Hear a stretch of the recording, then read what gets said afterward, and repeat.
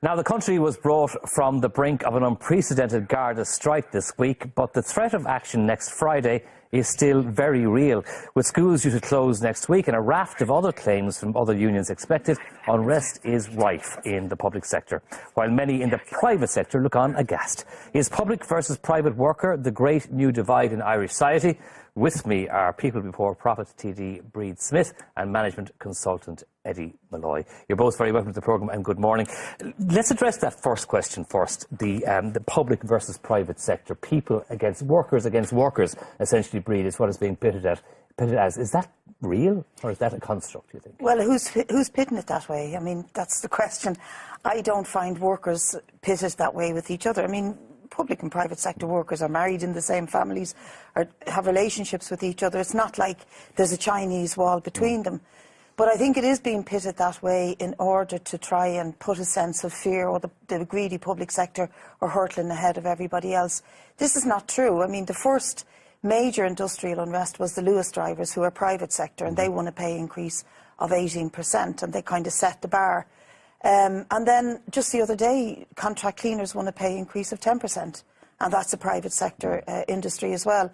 So I don't think that it should be couched in those terms.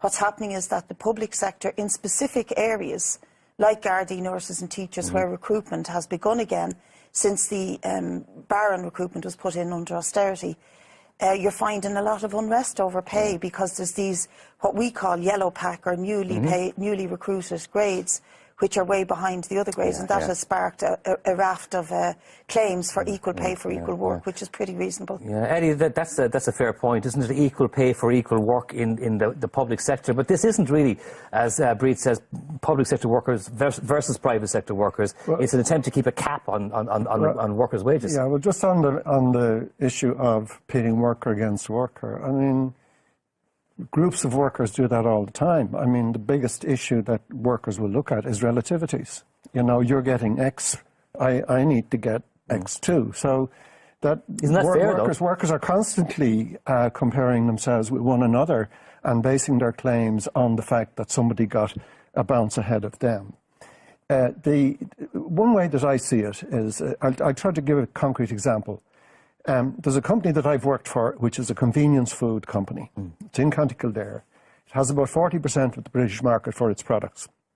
Now, the devaluation of sterling is about 18 to 20%.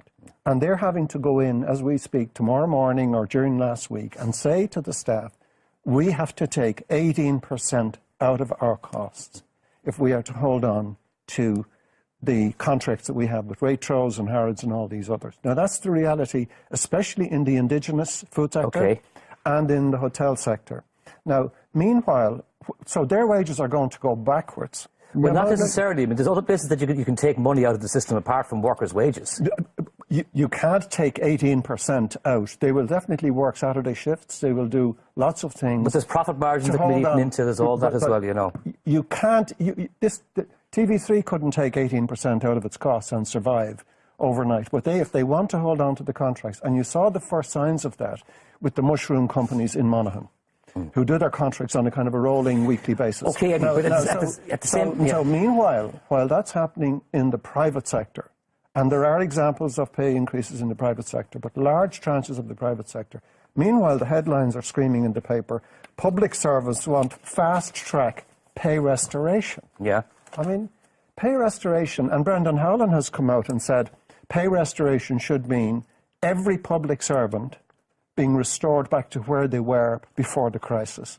Now, there has to be a pin put in that. That is simply not possible. Okay, Brid, so on the point that Eddie's making there, that it's the private sector has to take the pain and live in the real world, I suppose, is perhaps how he described it, not putting words in your mouth, Eddie, but that the public sector workers have to do the same, that it's unfair for them to seek the restoration of their wages to pre-crash levels. No, I don't accept that, and I think the way Eddie is couching the argument is that Brexit is now the big stick to beat us with, to say, oh, we're going to lose profits and they're going to have to make up our costs of 18% because of sterling. And I think this is completely the wrong way of putting it, because when you say, Eddie, and you read the headlines, public sector workers are looking for pay restoration and private sector workers are watching them, That doesn't mean they're against each other. That means that people look at how other, one group of workers look. That doesn't pit them against each other. In some ways, that helps them to step up to the plate to the cost of living, and it helps to make the argument, if the Lewis drivers get an 18% increase, why shouldn't the teachers look for pay restoration, for example? And we are talking about pay restoration, not pay increases in the public sector. If you take pay restoration, John Fitzgerald had the figures in the Irish Times 10 days ago. Back then, before the crisis, the ESRI established that public sector pay was on average 20% higher than private sector pay, allowing for qualifications and experience. He said even after severe cuts, which he documented in his typical way, by 2010-11, it was still 10% ahead. Okay, but the academic point of that pay is... restoration, as in the words of Brendan Howland in an article in the Irish Independent, back to where it was before the crisis is simply not sustainable. Okay, but the reality then for the guards and for the nurses and for the other public sector workers who are seeking the restoration of their pay is that they have mortgages, they have costs that were taken out perhaps during the boom. They can't afford to live. So is it not only fair that they should seek and do what the guards have done to push for their own rights and their own wages? There's a word that has been brought into the fray in this whole story. Of course, there has to be some kind of recovery for everybody. Everybody suffered, particularly the private sector. But the word is acceleration. Acceleration. You're bringing that word in, Eddie. No, I didn't bring it in. No, there has been a call for accelerated return for But there's also been a call for equality. And I think the main word in all of this is equality. You cannot have nurses working in the same ward alongside each other, doing the same difficult job and the same difficult hours on a completely different pay rate. That's a reasonable point. Not sustainable. No, hold on. You won't keep the nurses. I fully agree with equality. I think what happened was awful and it was wrong and in every respect, okay? But how do you get there in a way that you can afford it? For example, the deal just done with the guards and has had the following effect.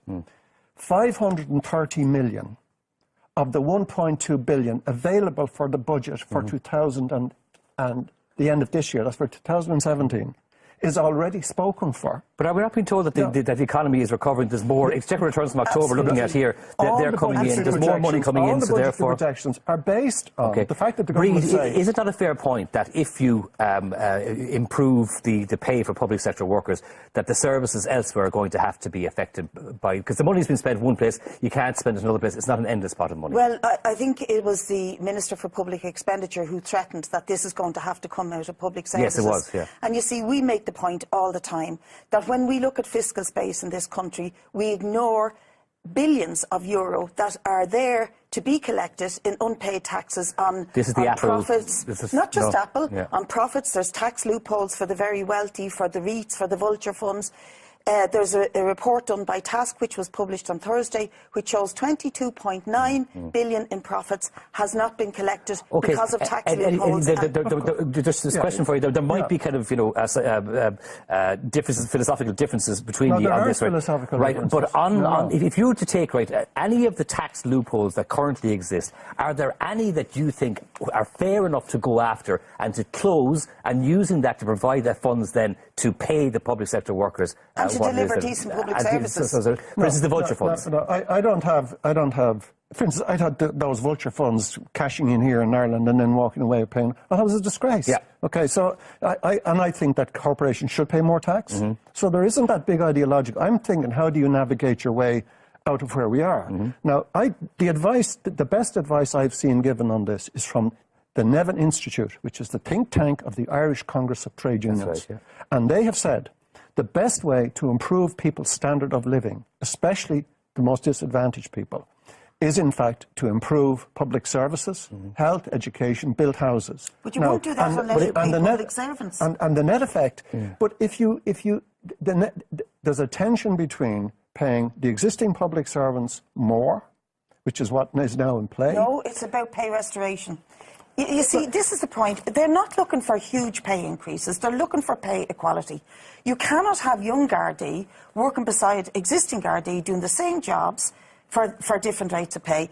Same as nurses, same as teachers. Eddie, the argument is it's not an either-or situation. No, I agree with Brid on this, okay? But here's a point. And I challenged both ASTI and the guards on this. It is that what are the other guards, those who are not on the junior discriminatory pay rate, what are they prepared to give in order to make that the two come together? And it's nothing. In other words, what you're saying is that what was taken when they created a yellow pack grade in the public service, that the existing public servants who had already had their pay cut and had their pensions cut and had given a very significant amount back during the recession. What you're saying is they should give more to bring these up. Okay, that's guys, not the case look, at all. there we would have to leave as the debate's going to go on for a long time more.